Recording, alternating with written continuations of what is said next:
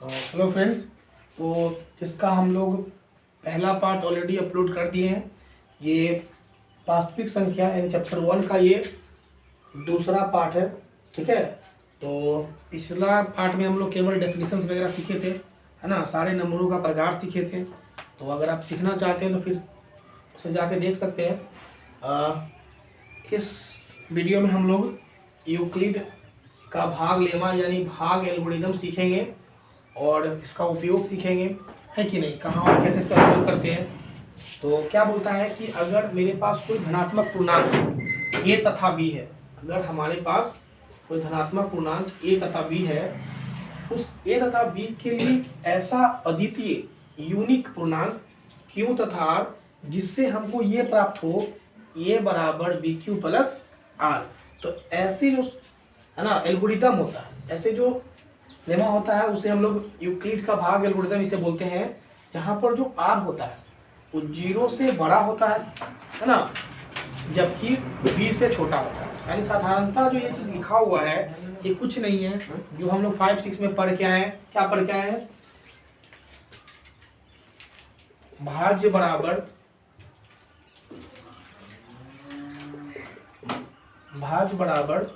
भाजक गुने भागफल जोड़ शेषफल।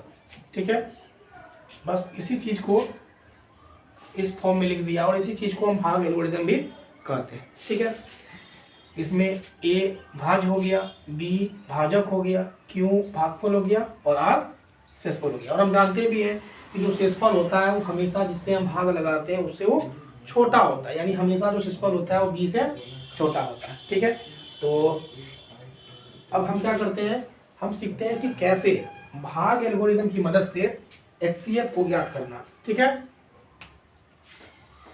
भाग एल्गोरिदम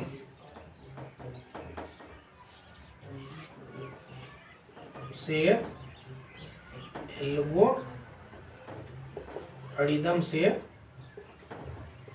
एचसीएफ ज्ञात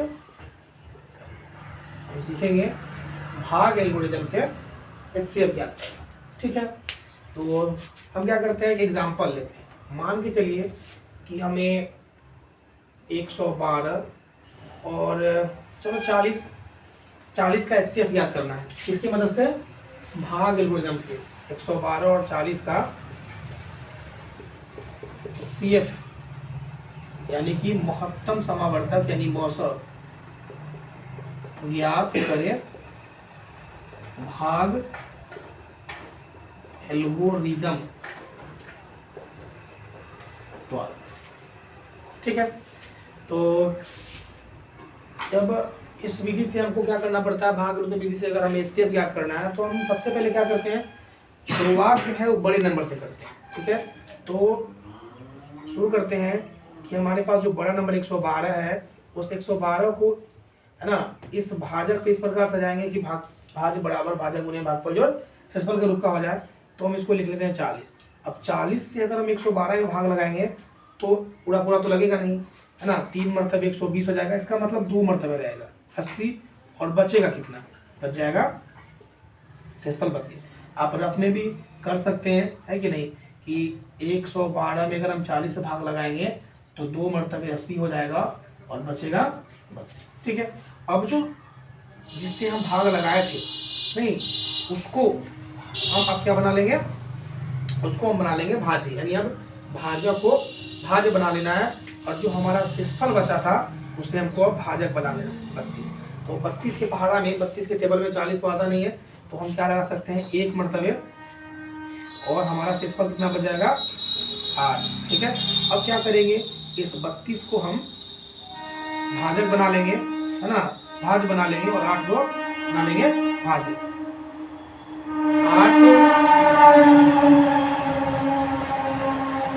8 के पहाड़ा में 32 कितने मरतबे? 4 मरतबे। 8 गुने 4 प्लस 0, है ना। जब आपको भाग करते समय अंत में शेषफल 0 आ जाए तो काम कंप्लीट हो गया। तो जब शेषफल 0 आ जाता है उस समय जो हमारे पास भागफल होता है, जो हमारे पास भाजक होता है, नहीं वही भाजक हमारा क्या होता है, एचसीएफ होता है। तो हमारे पास एचसीएफ क्या है, 8 है। ये ऑलरेडी हम लोग इस तरह का मेथड को क्लास 6 में या 7 में हम लोग या 4-5 में पढ़ चुके हैं कि इसको है ना डिजिबल मेथड बोलते हैं, जिससे कि हम एचसीएफ ज्ञात कर सकते हैं। तो आप ऐसे ज्ञात कर लीजिए, फिर जो बचा उसको है ना, तो जो उससे पूरा पूरा कट जाता है वही हमारा एचसीएफ होता है, एचसीएफ आठ। इस तरह से करके और आप इस रूप पे भी जाके बहुत जल्दी एचसीएफ को ज्ञात कर सकते हैं। ठीक है, चलिए, और भाग एल्गोरिथम की मदद से हम और क्या कर सकते हैं, इसका कुछ और एग्जांपल हम आगे लिखते हैं।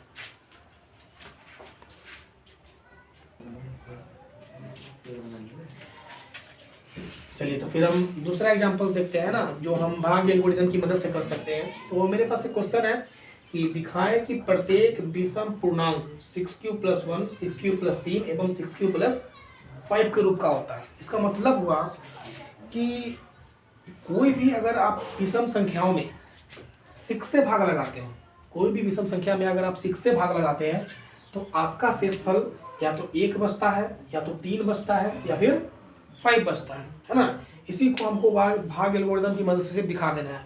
तो आपको हम एग्जांपल जैसे बताते हैं कि मान लीजिए मेरे पास 19 है, अगर हम 19 में 6 से भाग लगाएंगे तो 6×18, मेरे पास क्या बचा, 1 बचा। या कोई भी संख्या, कोई भी अगर हम विषम संख्या लेते हैं है ना, तो उसमें अगर हम 6 से डिवाइड करेंगे तो हमेशा शेषफल या तो 1 बचेगा है ना। 19 के बाद मान लीजिए हम 21 लेते हैं, अगर इसमें 6 से डिवाइड करते हैं तो 6 3 जाए 3, ये क्या बचेगा, 3 बचेगा है ना। रिमाइंडर क्या बचा, 3।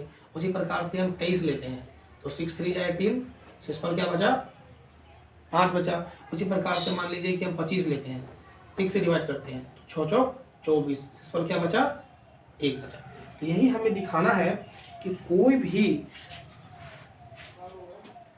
है ना जो विषम पूर्णांक है उसमें हम 6 से डिवाइड करेंगे तो उसका जो शेषफल होगा 1, 3 या 5 होगा। यानी हमको दिखाना है कि कोई भी विषम पूर्णांक जो होगा वो 6q+1, 6q+3 या 6q+5 के रूप का होगा।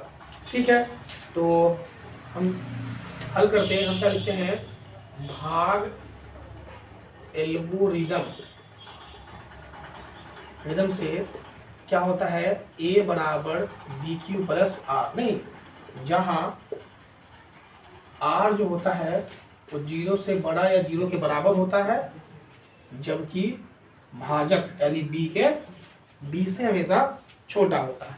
ठीक है, चलिए, तो इसमें इस क्वेश्चन में इसमें जो हमारा भाजक है यानी b जो है वो क्या है, 6 है।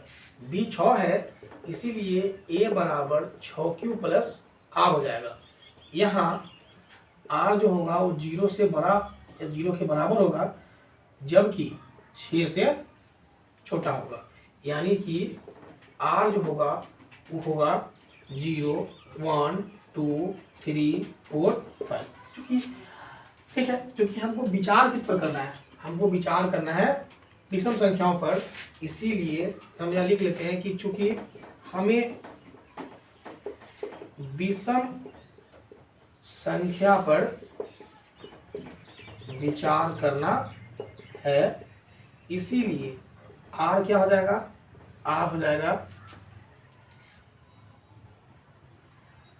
1 3 और 5।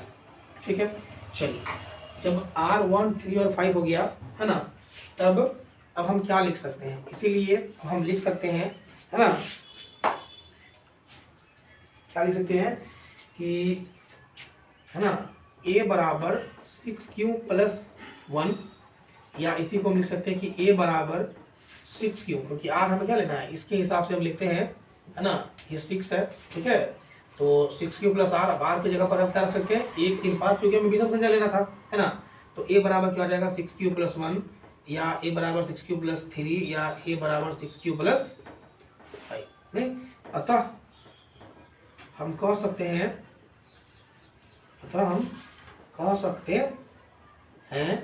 कि प्रत्येक विषम पूर्णांक यानी प्रत्येक विषम संख्या में अगर हम 6 से भाग देंगे तो उसका शेषफल 1, 3 या 5 आएगा। यानी कह सकते हैं कि प्रत्येक विषम पूर्णांक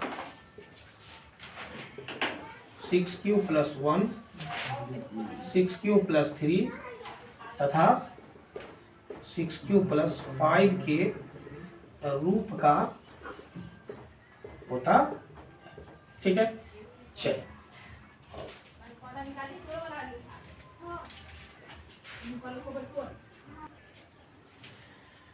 तो इस वीडियो में इतना ही रहने देते हैं, फिर अगले वीडियो में हम एक्सरसाइज 1A पूरा देखेंगे।